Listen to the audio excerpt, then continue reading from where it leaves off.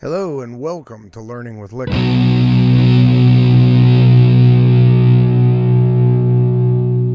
Please join me as we discover new things and find creative ways to manufacture entertainment.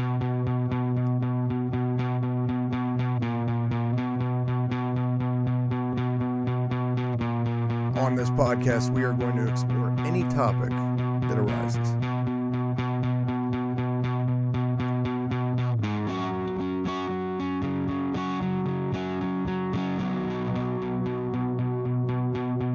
The sky is the limit, and there is no subject we won't explore.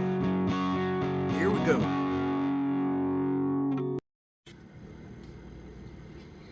Ladies and gentlemen, welcome again to another episode of Learning with Lickem.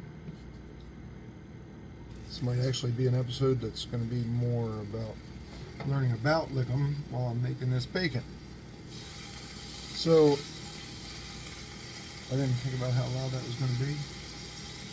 A couple people asked me about my military service.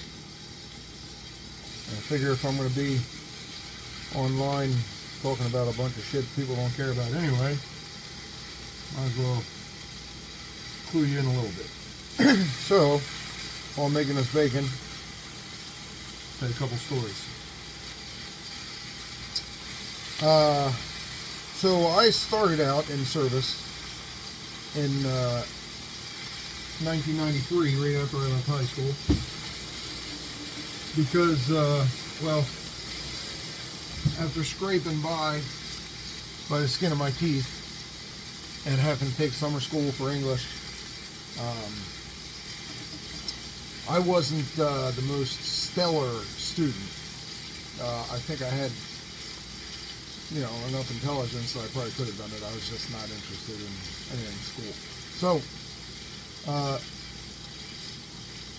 the short version of that story is that the military was pretty close to one of my only options, right? So I go in the military and went and took the ASVAB test, which if you've never been in military service, the ASVAB is the aptitude test that they give you. To see what you'd be good at, or whatever. And I scored really, really high on that stupid test. But my recruiter told me that I only qualified for infantry. Not that there's anything wrong with infantry. You got to be some smart people in infantry too. But I could have went in and pretty much done anything. They told me I could do anything I wanted to do other than electricity. I wasn't supposed to deal with electricity, but I didn't learn a whole lot about electricity at that point. So anyway. I went into service. Now, for some of you that knew me in high school, I was generally a good kid in high school. I had, quirks, but I'm saying I didn't drink, I didn't smoke anything, cigarettes, reefer, nothing. I didn't have sex at all until I was, almost graduated.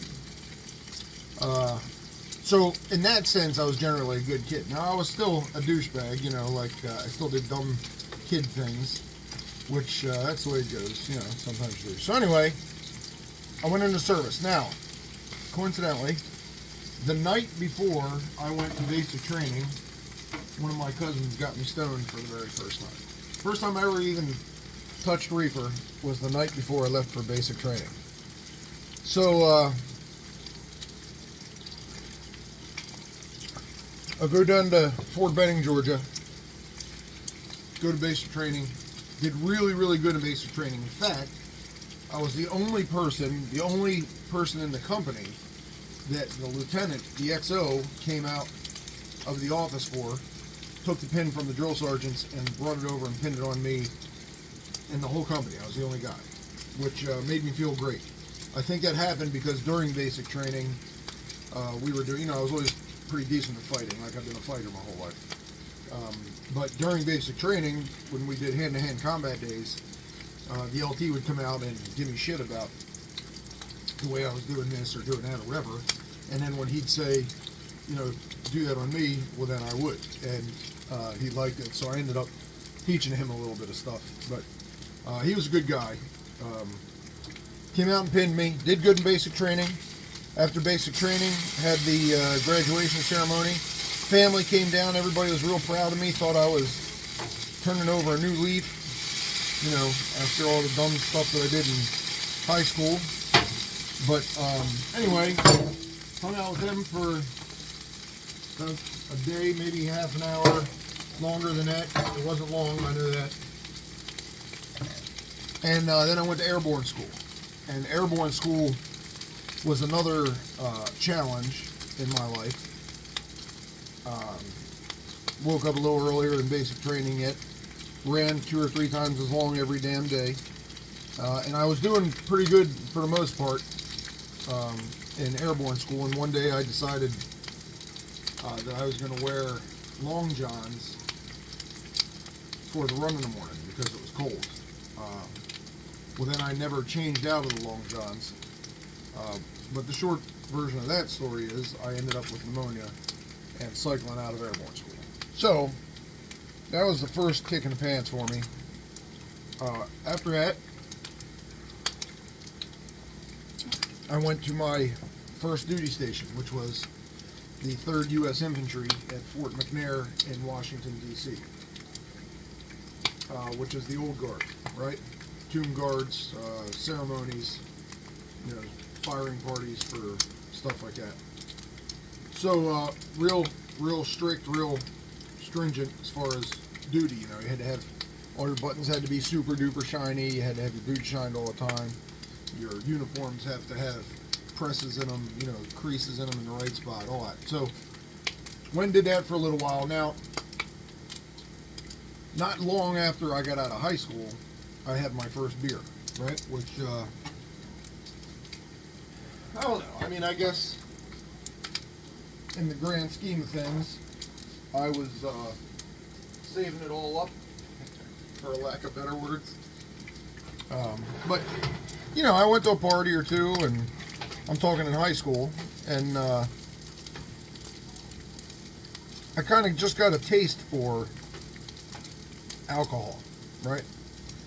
Well, then when I got to my duty station, that's what you do in the military. I mean, anybody that's ever been in the military knows, you know, there's a couple things you do. One of them's run, and the other thing's drink.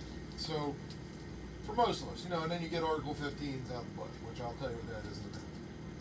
So, I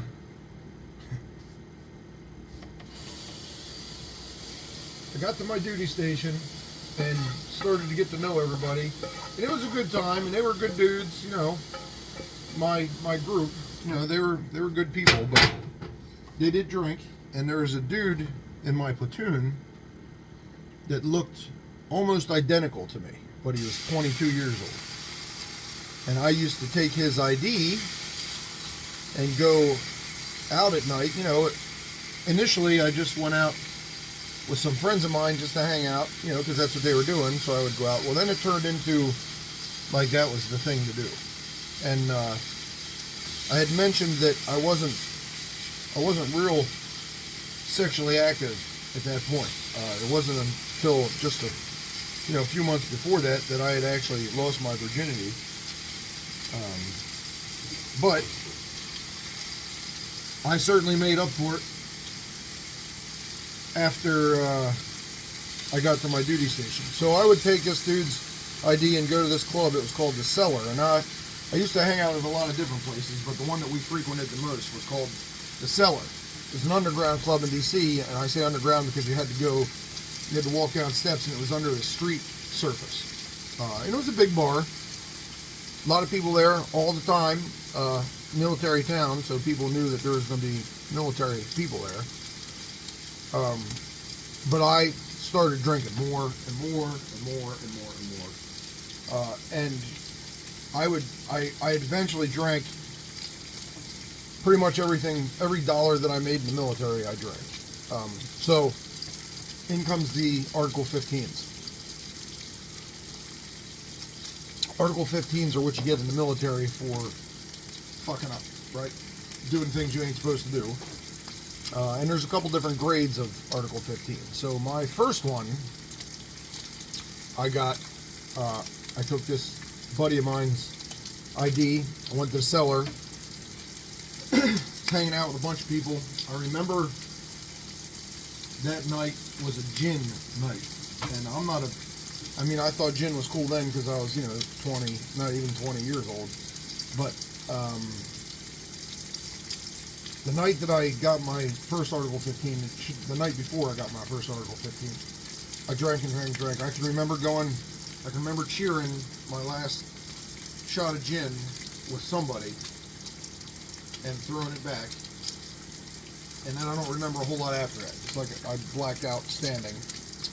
They told me that I was going around the bar and saying to men and women alike something about I'm really intoxicated, and something about if you can punch me in the face and knock me out, I'll leave you alone, or something to that effect. But what that resulted in was the people that I was with calling me a cab, taking me upstairs. I can remember them throwing me in the cab on the street, throwing me into the cab at the top of the stairs where the street was. I don't remember much of the ride home. I wish I had an illustration to show you. Maybe I'll come up with something. Fort McNair is an old fort.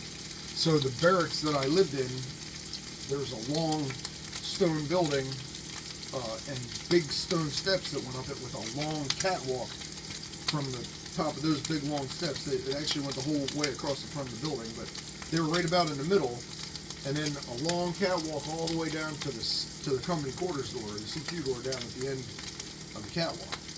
So I can remember pulling up there in the cab, and I can remember getting out of the cab and stumbling up the steps. And when I looked, now I'm saying it's probably, from where I was to the CQ door, it might have been, 30 or 40 yards, something like that. So I remember coming up the steps, holding on to stuff and looking at that CQ door, and right when I turned to look at it, the CQ NCO, non-commissioned officer, the sergeant that was on duty, I'm saying, that night, opened the door and stood outside of the door just looking at me, and I think he knew what was going on, that I was intoxicated. So, me, being in the state that I was in, and that I'm just a crazy person anyway, I started sprinting towards that door. 30 yards, and drunk. And I'm sure that I'm running in a zigzag pattern or whatever to get there. But I start sprinting towards this door, and when I got like 10 feet from it, I dove for zero reason. Nothing was chasing me. I wasn't winning any competitions. I dove like I was sliding into second base at that door and kind of come to a sliding stop with the CQ NCO looking down at me. Well, he helped me up to my feet, and I kind of remember like pushing and shoving him a little bit, which that's not something you want to do if you're a subordinate to someone in the military. So this dude picks me up and throws me over his shoulder and carries me up a flight of steps to my bunk, throws me in my bunk, and I can kind of remember like yelling and like I was in pain or something in the bunk.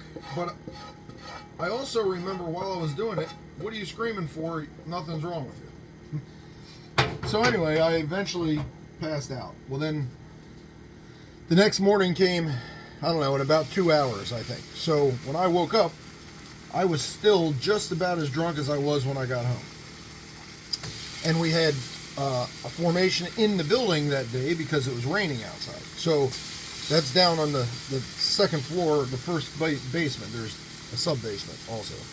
So in the first basement, we had our formation that morning because the weather was crap outside. So I went down to formation, lit. I'm sure that I stank. I'm sure that I did. Like alcohol, I'm saying. And I stood in formation. Now, thankfully, I was up. It wasn't a real big, it wasn't a real wide room in the basement. So when I was there, I was kind of standing like this up against the wall, you know, for support. And the first sergeant went through his whole thing and took attendance and all that stuff. And when he said, "Okay, fall out," he was not real far in front of me. And I fell forward, drunk off my ass still. Put my arms around the first sergeant, I guess, and kind of hung on to him to keep me from falling down. And he looked at me and went, "How? You're going to see the man." So, I don't know, in a half an hour or so, I was up in front of the colonel. Colonel Nash was his name. He was the commander for the unit.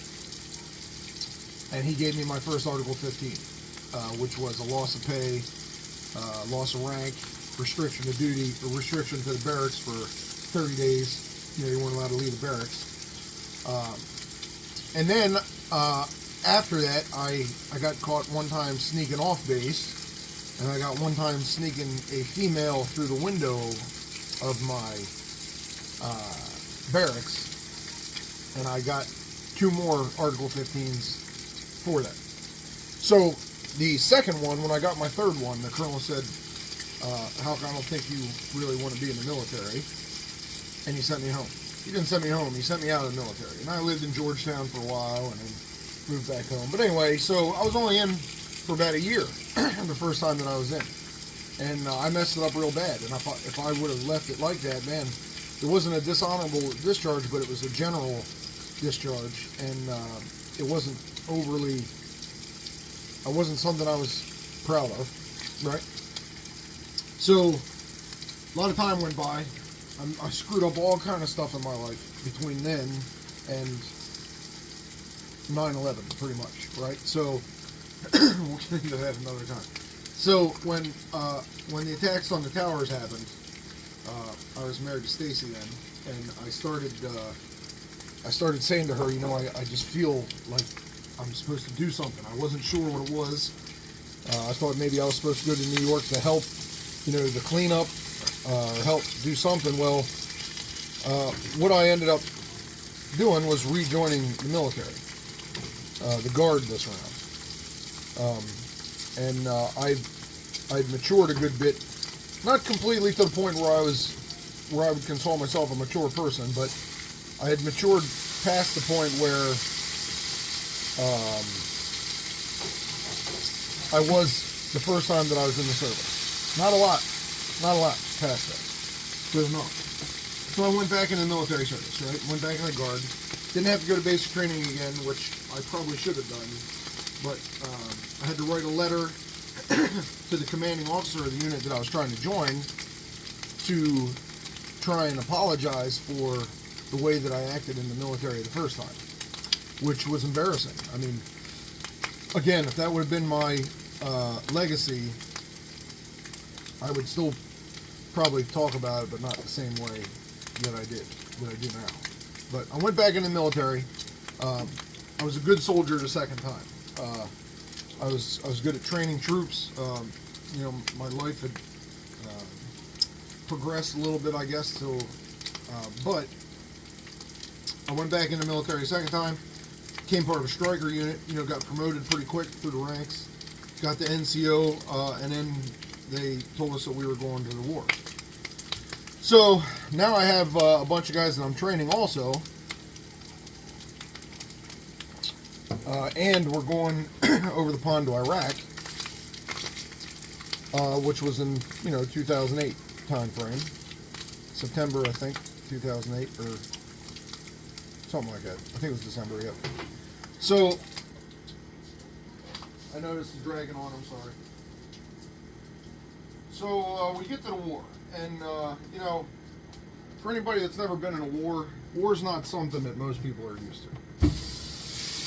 A lot of people think that when you go to a war, you just go to a war and hang out and then come back, but it's not really like that. Not only is it something that's not typical, right? Like most people, at least from this country, don't go to war. But a lot of people from other countries end up being in war type situations pretty regular. But for most Americans, that's something that, you know, like, you don't really comprehend. You see it on TV, you know, you watch videos about it, blah blah blah, whatever. But I can tell you from experience that watching someone get shot or someone get blown up on TV is nothing like real life. I've been unfortunate enough that I've seen men die, you know, with holes in their chest and half their head missing. I've watched people blow themselves up. We've recovered body parts on streets and houses and stuff you can't imagine. The day that we first went out of the wire, we flew into Kuwait and then traveled from Kuwait over to Iraq. But on the base, you know, it was kind of anxiety, stuff like that. But then the first day that we went out and actually left the wire, left the base, left the wire, they call that, I was sick. I mean, I had, butterflies aren't the right word, but I had, I was nauseous. I don't know. I'm not sure how to describe what that's like. It would be like if somebody just dropped you off in a different country and said, go live for a while. That's kind of what it felt like. But I also had, you know, about 12 dudes that were looking to me to not be the one that got sick because I was the one that was supposed to be their leader. So, you know, I did what I could to suck it up. And after you got out, you know, one time, two time, whatever, you get around the locals, and again, the area over there, it's not like here. It's not like living here. It's almost hard to explain. Again, anybody that's been to a third world country, you know, any of the Arab countries or some of the Asian countries, they're not like here, and people don't understand how they're not like here. But you have no idea what poverty is. No clue. You know, if you make $10,000, $15,000 a year and you think you're poor, you have no idea. No clue what poor is like. I feel for you just the same, you know, because of the way that it is here. But you get out and you get to see some of the locals, and for somebody, you know, I don't mean to sound like a douchebag saying this, but, you know, you don't recognize who the enemy is when they're not dressed in something that says, hey, we're the enemy. You know, like when everybody dresses the same, it's very, very difficult to decide who the enemy is and who the enemy isn't. So you're nervous all the time, right? And at some point in a war, you just kind of got to decide, I'm already dead, and, you know, if I make it through, it's just a luxury, and if not, you kind of expected it anyway. So, we had a couple of our guys that were killed when we were over there. One of them, Chad Edmondson, was in the recon platoon, and the recon platoon actually walked our route in the market the day that he was killed, because we went to, I don't know, Mosul or something with the commander, but they took our route, and they hit a IED in the side of a curb, and when the guys walked past it, they blew a piece of rebar through Chad's belly and killed him. He was a 19-year-old kid, just out of basic training, real nice, energetic, you know, friendly. But bombs don't care about any of that stuff. So anyway, I was over there for, you know, longer than I would have. I think total it was 13 months at deployment between getting trained up and being there and getting back. So that gave me an entirely new look at things. Now, just to be clear, I wasn't the same guy when I came back. After some of the stuff that we had seen, and, you know, I could probably share some of that with you all. You know, we were on the commander's personal security detachment, our battalion commander, and that means we escorted him around everywhere he wanted to go. And we had to document a lot of stuff also. And man, some of the stuff that I have on camera, I mean, I don't know if there's a people want to hear that kind of stuff or not. If it would be a deterrent for somebody to act like a normal person instead of like a hate-filled lunatic, it would be worth it to share that. But some of the pictures that I have and videos that I have, they're not things that normal people see. They're more like stuff that an ER nurse would see, or a doctor or something like that. When I came back from Iraq, my head wasn't there. Lost my family. Lost my sanity a little bit for a while. Got a DUI. Almost killed my buddy in the truck that night. But I did a lot of things that I wasn't proud of then either. At some point between then and now, my maturity level went up a good bit. Now, I can hear some of y'all laughing, but if anybody knew me when I was a kid, you would know that I was a lot more of a lunatic, I think. When I was a kid, the war may have actually calmed me down a little bit. But then I started having these stupid back problems. Had to get 2 back surgeries. Had to get shoulder surgery.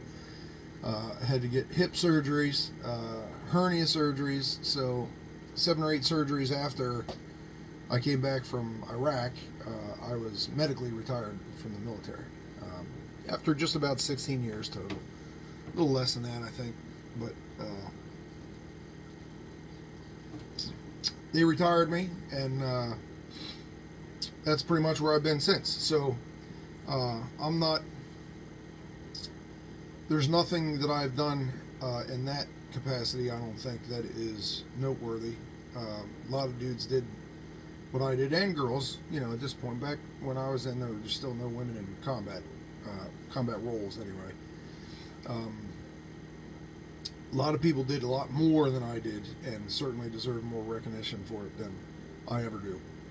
But, then I got out, and I got lucky. I mean, there's no other way to say it. With my military service and every aspect of it, I got lucky. And I'm not opposed to luck. I like luck. But I do like to share stories with people if they are interested in it. I try not to glorify it, because I don't believe that's what it was. It was scary. I was scared. Probably made me a little older than I was. Automatically, I'm saying, just from being older. Anyway, so that's a little bit about me. I do have stories for days about all kind of stuff, so I'm not even really sure what the hell a podcast is supposed to be. It seems to me the only difference between a podcast and a regular video is you call a podcast, and you put that fancy thing at the beginning of it. So if that's what a podcast is, then that's what we're going to keep doing, and I'll see if it takes us anywhere. But thanks, y'all, for listening again, and I'll try and come up with some more stories for you. There are some funny ones in there, but they go better with scotch. So anyway, y'all have a great day. Thanks for listening again. Learning with Lickem. Got some more coming up later. Bye-bye.